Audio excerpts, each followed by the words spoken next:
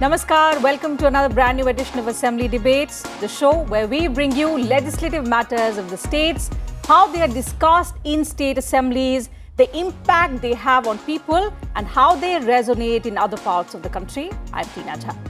On the show today, we are going to talk about prison reforms.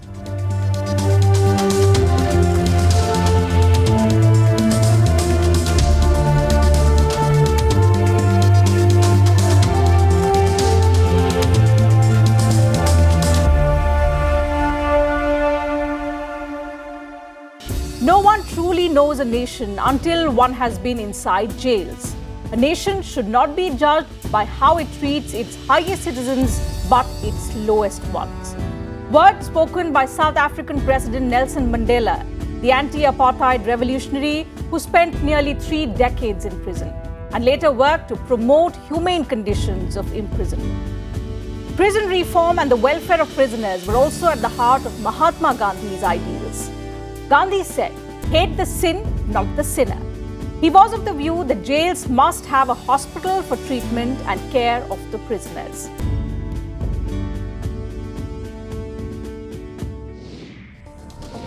The message of these peace icons, who themselves spent years in prison, was to create a fair and humane justice system that not just punishes those who commit a crime, but also helps them reform and reintegrate with society. This thought has inspired many UN standards and norms over the decades in implementing prison reforms in countries worldwide. In India, prisons is a state subject under the state list of the 7th schedule to the Constitution of India. Administration and management of prisons is exclusively the domain of state governments and is governed by the Prisons Act of 1894 and the prison manuals of individual state governments. States have the primary role, responsibility and authority to change current prison laws, rules and regulations. So in line with this, the Karnataka Legislative Assembly passed the Karnataka Prison Development Board Bill on the 17th of September 2021 after a lengthy discussion on the conditions of prisoners in the state. Introducing the bill, Home Minister Araga Gyanendra said the Karnataka Prison Development Board will promote prison industries and prisoners' welfare. He added that it will improve their skills to enable them to walk out of jails as productive individuals at the end of their prison terms.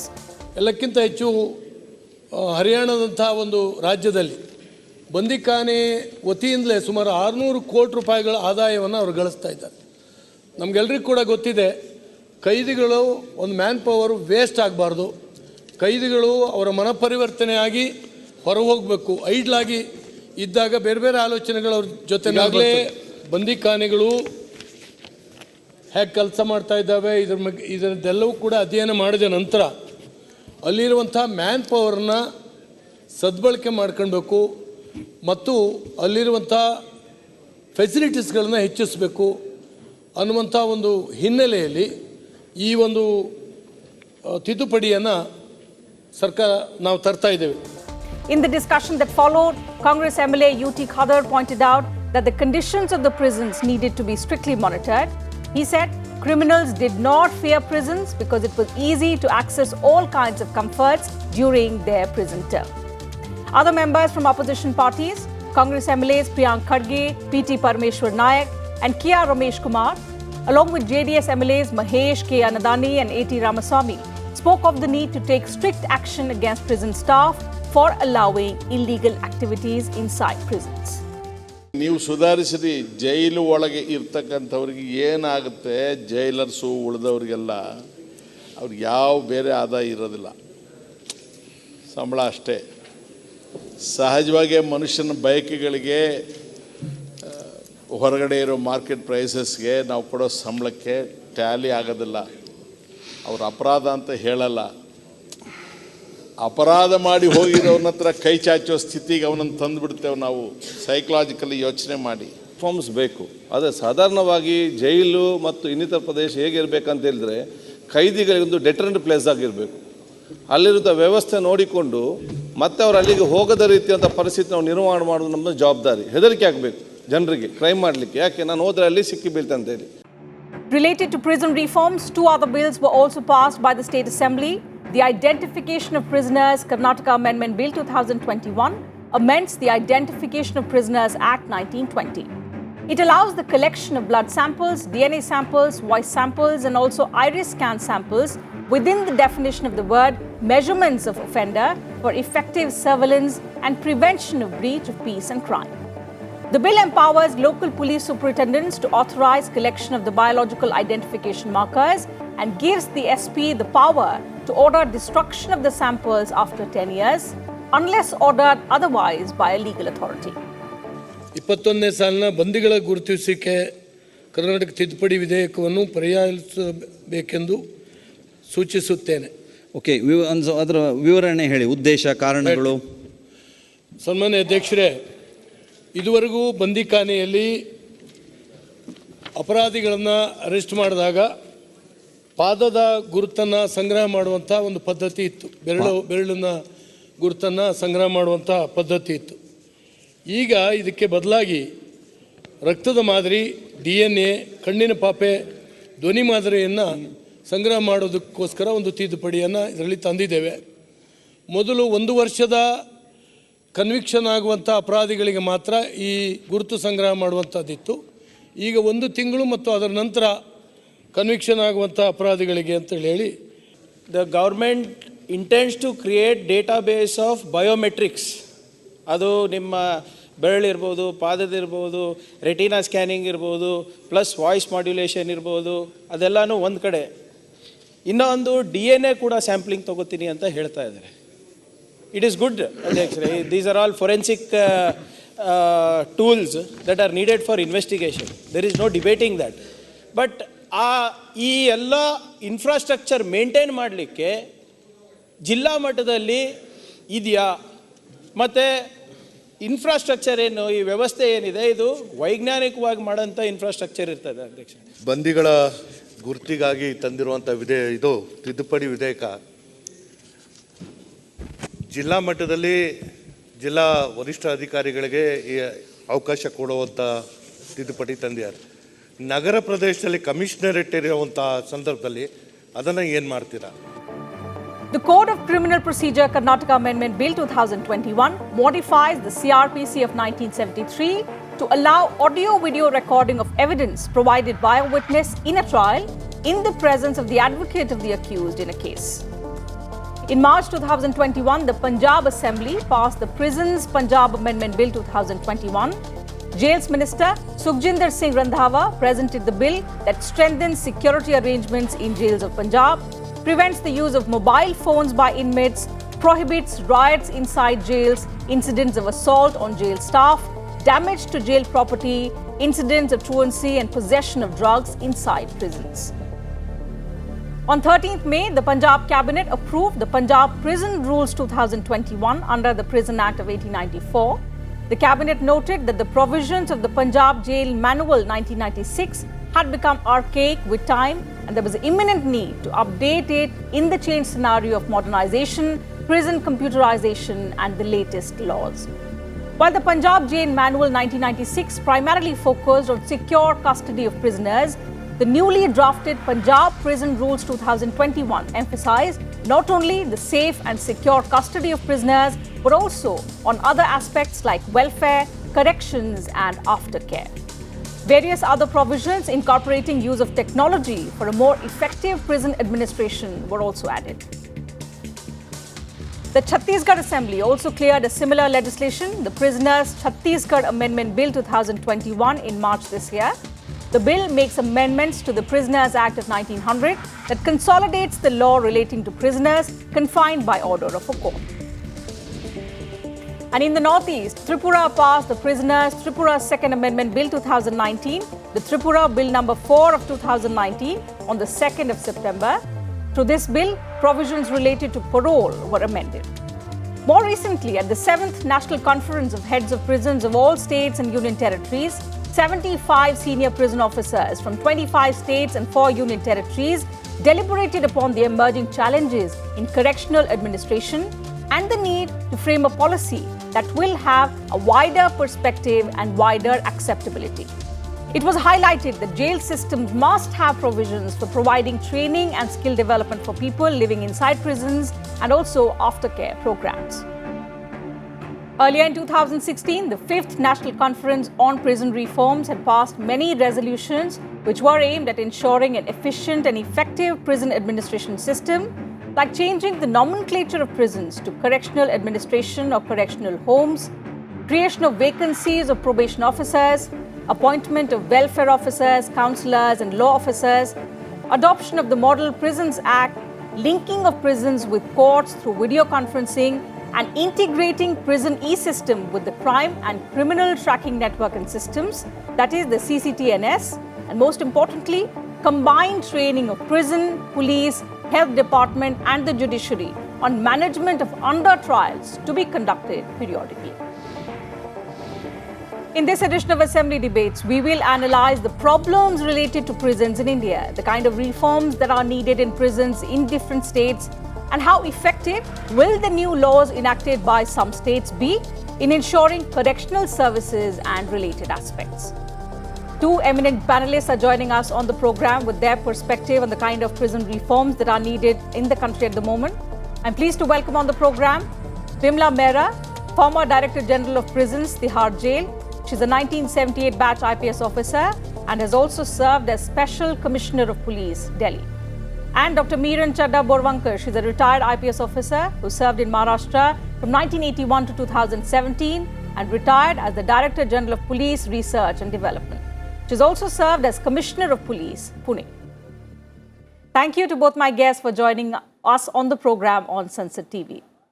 Vimla Mehra, let me begin the program today with you. When we talk about the problems associated with the Indian prisons, the biggest one is overcrowding.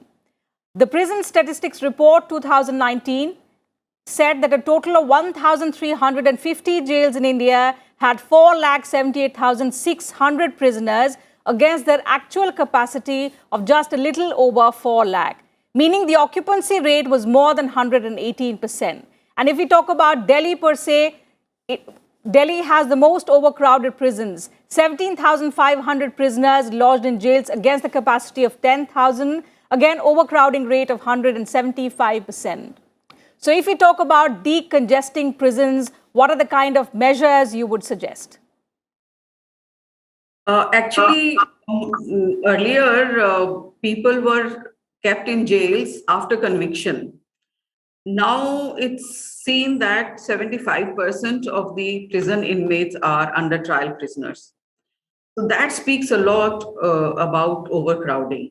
If it is possible for the government to frame certain rules, we can reduce the number of inmates in prisons, and therefore you can have better supervision, better control, better administered jails, and then looking after inmates, looking after their requirements, looking into the discipline matters, everything would fall in place.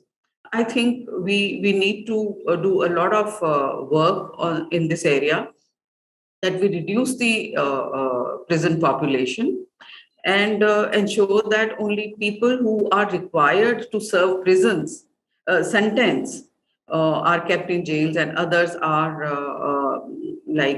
you do some scrutiny to ensure that we have less number of people inside the prisons. Now, bail should be granted for most of them, because till they are convicted, we should not keep them behind bars for many, many years. So that only will solve a bigger problem of number of prisoners inside the jail. And of course, the prison staff has to be better trained. The facilities inside the jails have to be improved. We also have to see that the inmates who are inside the jail, prisoners, they are kept occupied in some work or the other, so that they have very little time left for doing some mischief or planning or collaborating with their other prisoners to create more trouble inside the jail.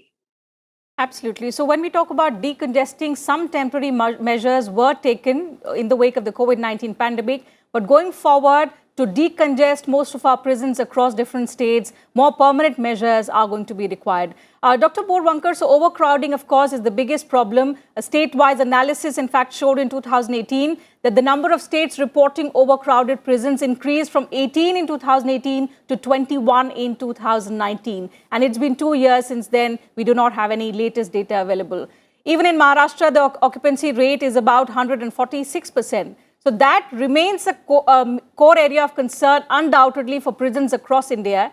But one challenge in particular that is peculiar to Maharashtra jails is that all of the jails in Maharashtra, mostly in Mumbai, house different kinds of offenders, which include dreaded terrorists from within the country, also abroad, blast convicts, also members of the underworld, mafia, etc.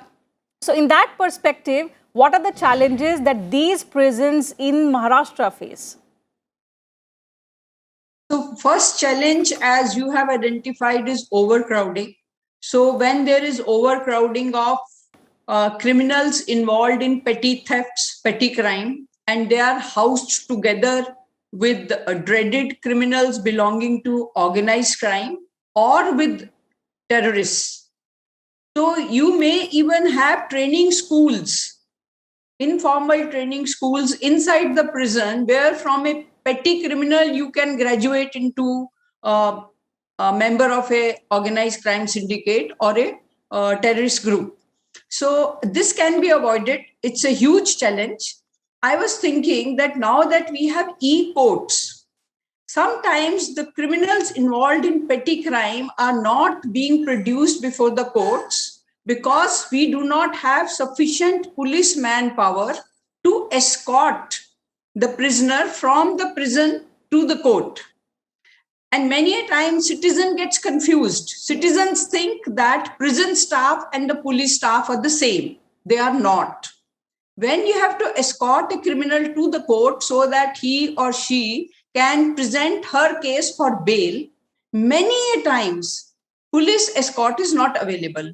By using e-court facility, we can expedite the bailing out of criminals who deserve to be outside and not inside, and also ensure that they do not mingle and they do not get too close to hardened criminals or habitual criminals. And Maharashtra is taking a big lead in using e-courts. And COVID has also given it a big push. When we could not escort the prisoners to the courts were not available. That time, what we learned through use of e-courts can now be utilized in regular manner for immediate expeditious production of criminals before the courts so that they can be bailed out. Certainly, and that's a welcome step as far as expediting trials are concerned. But a number of our prisons, Vimla ji, in our country do not have this kind of a facility. And this setback came when, in the wake of the pandemic, the trials were supposed to happen through video conferencing. A number of prisons reported that they do not have this kind of a facility. Another roadblock when we talk of expediting the procedures. Yeah, now it's possible that we have courts within the jail premises. We can earmark a place where the courts could start functioning as far as jail matters are concerned, bail matters are concerned. So if that facility, video conferencing facility is not available, it can be made possible by making some changes, because the government will have to provide these facilities. How long can we delay these things? These things are very important and they have to be given priority. And if prisoners cannot be taken to the courts can be moved and they can function from the jail premises. In certain matters,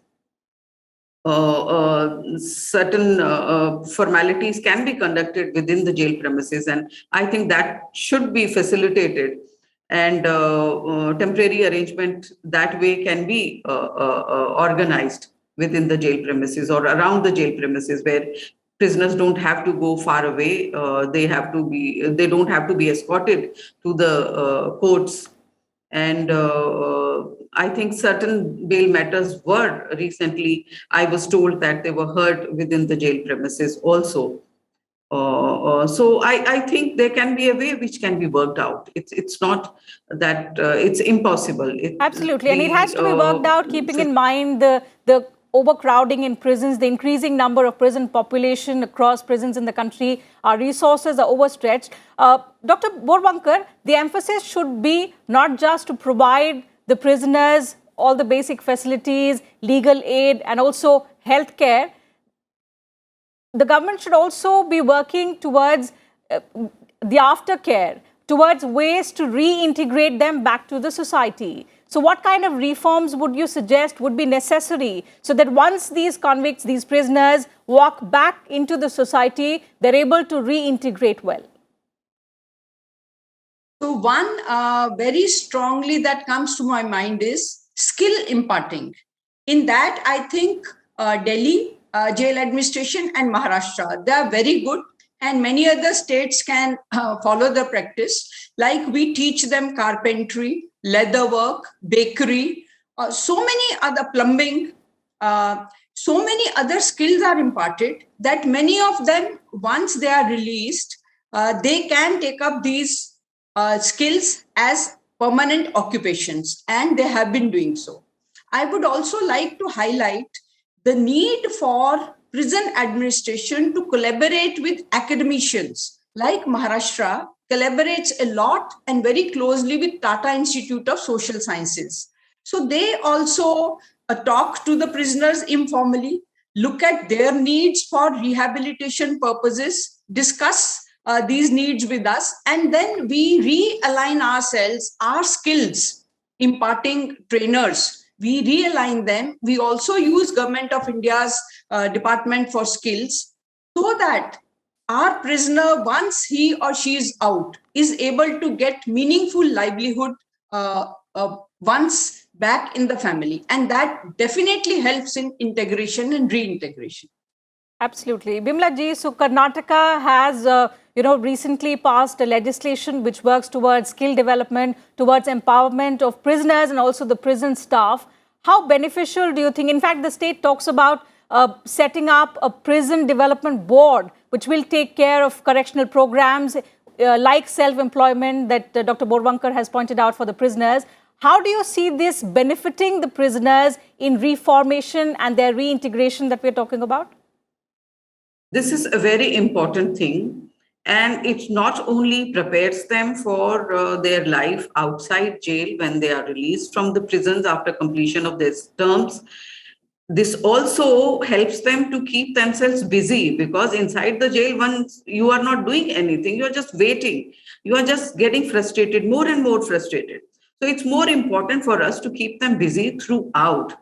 We had in Delhi prison started many vocational training programs, and I found some of them are working outside. Like FM radio, when we started, we had RJs trained. They were given some tasks with the FM radio stations. All India Radio even gave some of them jobs.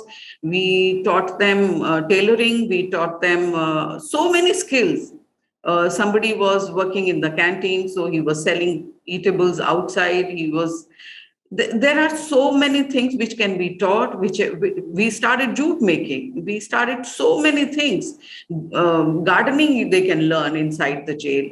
So everything they can learn. And we even had job placement programs for them. We trained them so well that we had to organize these job melas for them. And they got, some of them did get jobs. So it is important not only for them when they are inside the jail, but it prepares them for proper integration after they are released from the jail. It's very important. Everything that they want to learn, they were learning music. Music changes their whole life concept, because then you get into a system where they not only their creative self comes out, they are busy, they are enjoying themselves, and it keeps them away from frustration. Of course, studies also is a very important. Some people are not able to study outside, but once they are inside the jail, some classes can be organized, and it's possible for them to learn and equip themselves with various skills according to their taste. And it helps the jail administration in keeping proper discipline by keeping them busy inside the jail. It's a very, very satisfying work, not only for prisoners, but for prison administrators also. Because when you see your prisoners getting jobs outside, doing well when they are released, not becoming a burden on society, this is a very, very satisfying thing for everybody, even for society, even for government. It's a win-win situation for everyone. Okay, Dr. Borvankar, so this was about how to strengthen the prisoners, give them a better life, their aftercare, the basic facilities that they deserve. But what about incidents of clashes, riots inside jails, of damage to prison property? Do you think some kind of stricter rules are required on that front as well? If there are allegations that VIP treatment is being given to some rich and powerful, or that there are some clashes within the prison, we need one very strong vigilance within the prison administration, and secondly, alert, vigilant staff. If you study the vacancy ratio of prison officers and staff all over the country, prison is a state subject, but irrespective of the state, you would find 20 to 25% of vacancies. So these vacancies are real security threat. They lead to and give opportunity to hardened criminals for clashing inside, and also encourages a few to help the so-called powerful and important prisoners inside. So I would say fill up the vacancies of the prison departments in all the states. States must be encouraged, and strong vigilance department within the prison department of each state would ensure lesser clashes and fair and equal treatment to all the prison inmates.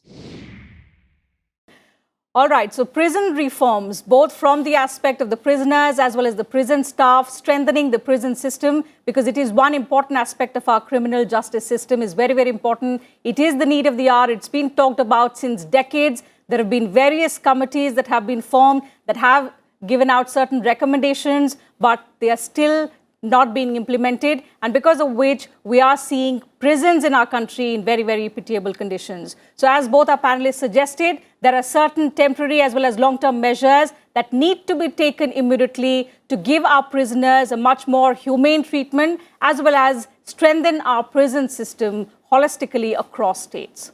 On that note, I'll have to call it a wrap on this edition of Assembly Debates. Thank you once again to both my guests for joining me on the program and sharing your thoughts, your perspective with us and our viewers. Thank you very much. Pleasure having you on the show. So with that, I'll have to call it a wrap on Assembly Debates. Thanks very much for your time. See you again next time.